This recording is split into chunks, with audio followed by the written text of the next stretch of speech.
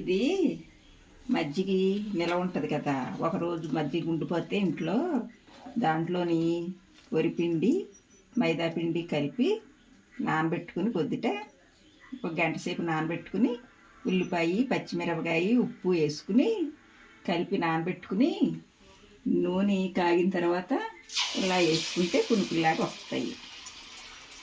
అవి కారపొడి కానీ పచ్చడి కానీ వేసుకుని తింటే ఇలా వానాకాలం వేడివేడిగా రుచిగా బాగుంటుంది. కాలక్షేపం టీవీ దగ్గర కూర్చొని కాలక్షేపం అన్నమాట.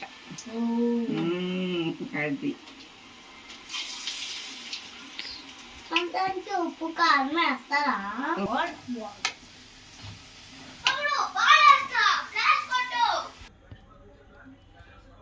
తీసేద్దాం.